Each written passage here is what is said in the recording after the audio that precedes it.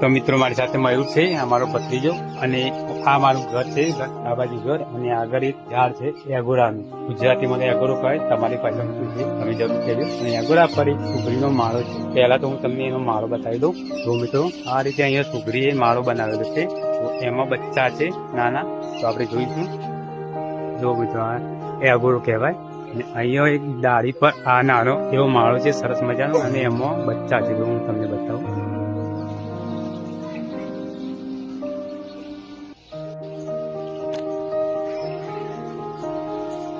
સાંજનો સમય થઈ ગયો છે, અંદર બચ્ચું છે આપણે જોયું, પણ હજુ સુધી સુગરી તેમાં આવી નથી. અંદર જાય એટલે હું તમને બતાવીશ.